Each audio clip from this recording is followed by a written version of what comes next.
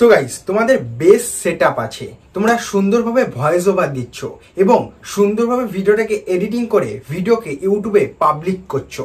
যখন ইউটিউবে পাবলিক করছো, তোমার চ্যানেলে আগে ভিডিওতে ভালো পরিমাণ ভিউজ আসতো, কিন্তু এখন ভিডিওটা সেই সেম ভাবে আরো কোয়ালিটিপূর্ণ ভিডিও বানিয়েও কিন্তু আগের মতো তোমার ইউটিউব চ্যানেলটাতে সেই পরিমাণ ভিউজ আসছে না। এখন ভিডিও ছাড়লেই 20টা 50টা 100টা 150টা হার্ডলি 200-500তে গিয়ে তোমার ভিডিওর ভিউজটা থেমে যাচ্ছে। এর রিজনটা কি? তোমার চ্যানেলটা ফ্রিজ হয়ে গেছে। তোমার চ্যানেলটা ফ্রিজ হয়ে গেছে। সম্পূর্ণ ফ্রিজ হয়ে যাওয়ার কারণ কিছু রয়েছে। যে মিস্টেকগুলো তোমরা করেছো, যে মিস্টেকগুলোর কারণে তোমার ইউটিউব চ্যানেলটা ডেড হয়ে গেছে, অর্থাৎ ফ্রিজ হয়ে গেছে। আগে ভিডিওতে ভালো পরিমাণ ভিউজ আসতো, ভিডিও চাললেই ইউটিউব রেকমেন্ডেশন করতো, সেটা পর্যন্ত ইউটিউব এখন বন্ধ করে দিয়েছে।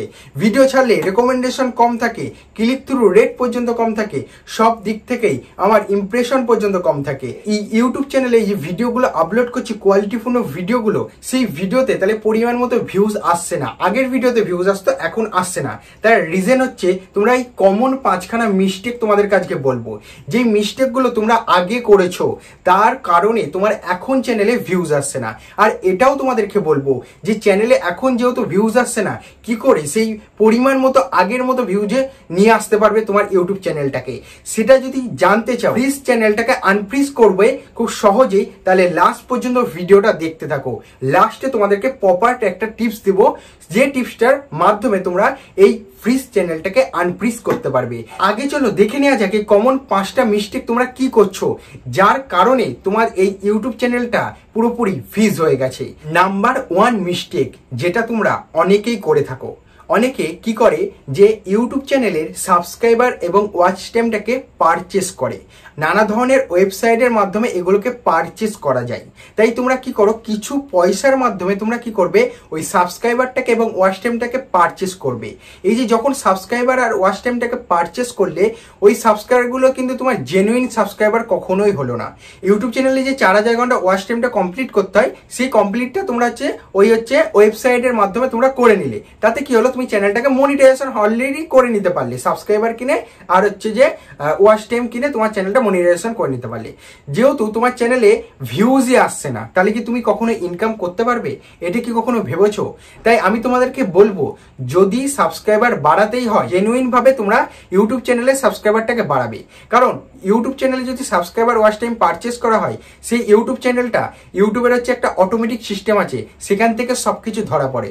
তখনই কি করবে, তোমার চ্যানেলের রিচটাকে ডাউন করে দেবে এবং তোমার চ্যানেলে পরিমাণ মতো আগে যেরকম ভিডিও ছাড়লে ভিউজ হচ্ছিল, তখন ওই যে তুমি সাবস্ক্রাইবার ওয়াচ টাইমটাকে কিনেছো, সেই কারণে তোমার যে জেনুইন সাবস্ক্রাইবার না, তারা কখনোই তোমার ভিডিও দেখবে না। প্লাস ইউটিউব থেকেও তোমার রেকমেন্ডেশনটাকে বন্ধ করে দেবে প্রপারলি। এই নাম্বার 1 যদি মিস্টেকটা তোমরা করে থাকো, আর যদি ভাবো যে আমি সাবস্ক্রাইবার ওয়াচ টাইম পারচেস করব, এই ভুলটা কখনোই করো না। জেনুইন ভাবে করো, একটু টাইম লাগবে, বাট সেটাতে তোমরা অর্গানিক ভিউয়ার্স পাবে এবং অর্গানিক সাবস্ক্রাইবার পাবে। তা এই কমন মিস্টেক 1 নম্বরটা কখনোই করবে না, তাহলে তোমার ইউটিউব চ্যানেলটা প্রপারলি কি হয়ে যাবে, ডেট হয়ে যাবে। ঠিক আছে, ভিউজ যখন আসবে না, তখন কিন্তু তুমি ইনকামটাও করতে পারবে না। 2 নম্বর মিস্টেক, তোমরা যেহেতু সকলেই প্রায় করে থাকে, তারা কি করে, বড় বড় ইউটিউবার যখন ভিডিও ছাড়ে, তখন সেই ভিডিওর কমেন্ট সেকশনে চলে যায় এবং কমেন্ট সেকশনে গিয়ে কি করে, সাব ফর সাব করে। অর্থাৎ তুমি আমার চ্যানেলটাকে সাবস্ক্রাইব করে দাও, আমি তোমার চ্যানেলটাকে সাবস্ক্রাইব করে দেবো। এছাড়া আরো অনেক কি করে, তারা মিসলিডিং কমেন্ট করে। তার কারণে কি হয়, তখন কিন্তু তার চ্যানেলে কমিউনিটি গাইডলাইন একটা স্ট্রাইক আসতে পারে। এই যে তুমি স্ক্যাম কমেন্টগুলো করছো, এর কারণে কিন্তু ইউটিউবের একটা রুলস আছে, কেউ যদি ভুলভাল কমেন্ট করে বা কেউ একটু উল্টোপাল্টা কমেন্ট করে, সেখান থেকে কি করা হয়, ইউটিউব থেকে কিন্তু কমিউনিটি গাইডলাইন স্ট্রাইক দেওয়া হয়। আর যখনই কিন্তু তোমার চ্যানেলে ইউটিউব কমিউনিটি গাইডলাইন স্ট্রাইক করবে, তোমার চ্যানেলটা কিন্তু 7 দিন কোনো ভিডিও আপলোড করতে পারবে না। প্লাস তোমার চ্যানেলের রিচটাকে ডাউন করে দেওয়া হবে এবং তোমার চ্যানেলটা প্রপারলি সেখানে ডেট হয়ে যাবে। এটাকে মাথায় রেখে 2 নম্বর মিস্টেকটা কখনোই করবে না। নাম্বার 3-এ যে মিস্টেকটা রেখেছি, সেটা তোমরা অনেকেই করো। সেটা কি করো, রিআপলোড ভিডিও।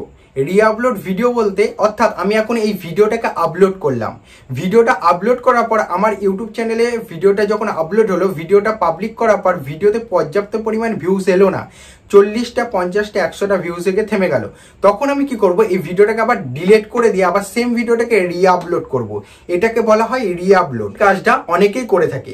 এতে কি হয়, তোমার চ্যানেলে কিন্তু অনেক বড় ইফেক্ট পড়ে। তোমার চ্যানেলটা কি হয় যে তুমি ভিডিওটাকে বানাচ্ছ, ভিডিওটাকে হচ্ছে কি করছো, ভিডিওটাকে আবার ডিলিট করে আবার রিআপলোড করছো। এতে ইউটিউবের কাছেও একটা নেগেটিভ মেসেজ যায়, এতে তোমার চ্যানেলটা ফ্রিজ হয়ে যায়। ঠিক আছে, এইসব কারণগুলোকে মাথায় রেখে ইউটিউবে কাজ করতে হবে। কখনোই রিআপলোডটা করবে না। রিআপলোড করার কখনোই দরকার নেই। তুমি ভিডিওটাকে পাবলিক করে রেখে দাও। তুমি আজকে ভিডিওটাকে পাবলিক করেছো, ভিডিওটা আজকেই ভাইরাল হবে এমন তো কোনো কথা নেই। ভিডিওটা হয়তো 2 বছর বাদে কি 1 বছর বাদে কি তোমার ভিডিওটা প্রপারলি ভিডিওটা ভাইরাল হবে। তা এইটা কিন্তু কখনোই মানে করো না যে রিআপলোড ভিডিও, মানে ভিডিও করছো, ভিডিও আপলোড করছো, ভিডিওতে ভিউজ হচ্ছে না, আবার রিআপলোড করছো ডিলিট করে দিয়ে। এই ভুলটা কিন্তু কখনোই করো না। যদি করে থাকো, অনেকে এরকম করে, তাই তোমাদেরকে এই মিস্টেকগুলো বলছি বা ধরিয়ে দিচ্ছি যে মিস্টেকগুলোর কারণে তোমাদের চ্যানেলগুলো আজকে ফ্রিজ হয়ে গিয়েছে। 4 নম্বরে যে মিস্টেকটা রেখেছি সেটা হচ্ছে যে মিক্স কন্টেন্ট আর হচ্ছে যে ট্রেন্ডিং টপিকে ভিডিও বানানো। তোমরা একটা ক্যাটাগরি চ্যানেল ক্রিয়েট করেছো যেখানে তোমরা ব্লগ ভিডিও আপলোড করবে, সেখানে যদি তোমরা কুকিং রিলেটেড ভিডিও আপলোড করো, অর্থাৎ হচ্ছে স্পোর্টস রিলেটেড ভিডিও আপলোড করো, তাহলে কি হলো, মিক্স কন্টেন্ট হয়ে গেল। অর্থাৎ তোমার চ্যানেলটাতে সব ধরনের অডিয়েন্স আসা শুরু করবে।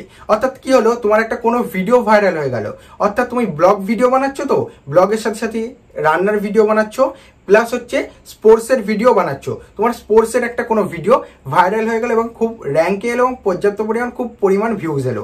সেই ভিডিওটা ভাইরাল হওয়ার পর তুমি কিন্তু ওই রিলেটেড আর কোনো কন্টেন্ট ছাড়ুনি। তুমি আবার কি ভিডিও ছাড়ছো, রান্নার ভিডিও ছাড়ছো, ব্লগ ভিডিও ছাড়ছো, এদিকে স্পোর্টসের ভিডিও খুব কম ছাড়ছো।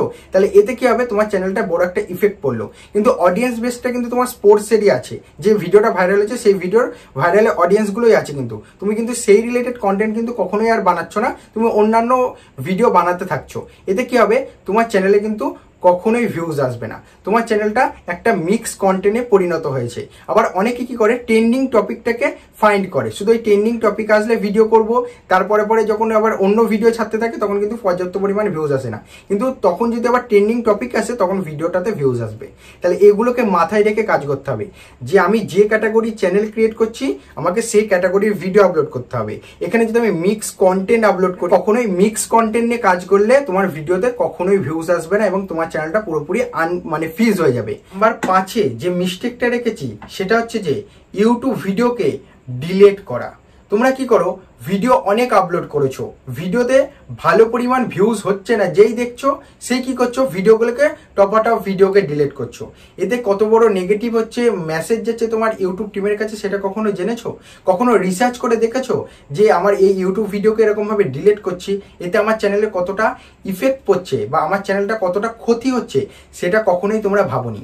তা আজকে আমি তোমাদেরকে প্রপারলি বলে দিচ্ছি, যে ভিডিও আপলোড করবে আগে থেকে মানে প্রিপারেশন নিয়ে নেবে যে আমি এই ভিডিও আপলোড করব, এই ভিডিও কখনোই আমি ডিলিট করব না।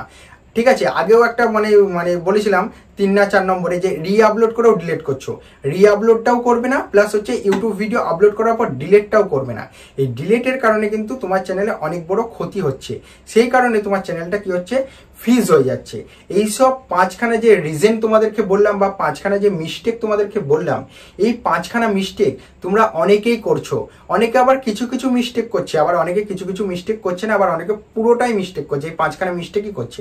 তাদেরকে একটা রিজনই তোমাদেরকে ভালো করে বুঝিয়ে দিচ্ছি, যে মিস্টেকগুলো তোমাদেরকে বললাম এইগুলো করা বন্ধ করে দাও, তোমার চ্যানেলটা ফ্রিজ থেকে আনফ্রিজ হবে গ্যারান্টি। এবার কিভাবে হবে ওই আনফ্রিজ, চলো তোমাদেরকে কিছু টিপস দিই। দেখো, তুমি যখন ভিডিও আপলোড করছো তখন তোমাকে কি করতে হবে, রেগুলারিটি মেনটেন করতে হবে। তোমাকে একটা টার্গেট রাখতে হবে। যেহেতু তোমার চ্যানেলটা ফ্রিজ হয়ে গিয়েছে তখন তোমাকে একটা টার্গেট তৈরি করতে হবে।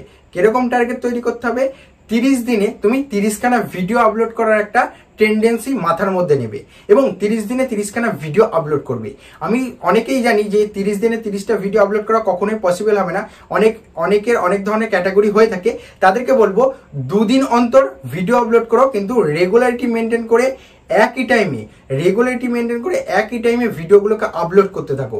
30 দিন একই রকম কাজটা যখন করবে, নানা ধরনের কন্টেন্টকে যখন নিয়ে আসবে, তখন তোমার ওই ফিস চ্যানেলটা খুব তাড়াতাড়ি আনফ্রিজ হয়ে যাবে। আর আরো একটা টিপস তোমাদেরকে দিয়ে রাখি, যাদের চ্যানেল হচ্ছে একদম হচ্ছে নতুন বা যে ক্যাটাগরিতে ভিডিও আপলোড করে থাকো না কেন, চ্যানেল সেকশনে চলে যাবে। চ্যানেল সেকশনের উপর হচ্ছে ভিউজ সেকশনের উপর ক্লিক করবে। করার পর এখানে দেখবে রিসার্চ বলে একটা অপশান। এই রিসার্চ অপশানে যাওয়ার পর তুমি কি রিলেটেড ভিডিও বানাবে সেটা এখান থেকে ইউটিউব রেকমেন্ড করে দিচ্ছে। তোমার চ্যানেলটা ফ্রিজ এখন থাকলেও করবে আর আনফ্রিজ থাকলেও করবে। যেহেতু তোমার চ্যানেলটা এখন ফ্রিজ আছে তারপরেও এখানে খুব কম রেকমেন্ডেশন করবে, বাট কিন্তু করবে। যখনই এগুলো করবে এই রিলেটেড তোমাদের মানে কুকিং রিলেটেড যদি চ্যানেল হয়ে থাকে, ব্লগ রিলেটেড চ্যানেল হয়ে থাকে, যদি স্পোর্টস রিলেটেড চ্যানেল হয়ে থাকে অথবা টেক রিলেটেড চ্যানেল হয়ে যায়, যে ক্যাটাগরি সেই ক্যাটাগরির কন্টেন্টগুলো এখানে শো করবে। সেই কন্টেন্টগুলো মানে সেই টাইটেলটার উপর ক্লিক করে সেই কন্টেন্টগুলোকে দেখে নেবে এবং সেই রিলেটেড ভিডিও বানাতে থাকবে। 100-এ 2% মানে 100%-এ 200% গ্যারান্টি তোমাদের এই ফিস চ্যানেলটা খুব তাড়াতাড়ি আনফ্রিজ হয়ে যাবে। এই টিপসগুলো কেমন লাগলো এবং এই এত সুন্দর কথা বলে তোমাদেরকে প্রপারলি বুঝিয়ে দিলাম যে একটা ফিস চ্যানেলকে কিভাবে আনফ্রিজ করতে হয়। ভিডিওটি ভালো লাগলে লাইক করতে ভুলো না। চ্যানেলে নতুন হয়ে থাকলে চ্যানেলটিকে অবশ্যই সাবস্ক্রাইব করে দিও এরকম আরো ইম্পর্টেন্ট ভিডিও নোটিফিকেশন সবার আগে পেতে চাইলে। আবার দেখা হচ্ছে নেক্সট ভিডিওতে নিত্য নতুন কোনো কন্টেন্ট আইডিয়া নিয়ে। ততক্ষণের জন্য টেক কেয়ার অ্যান্ড বাই।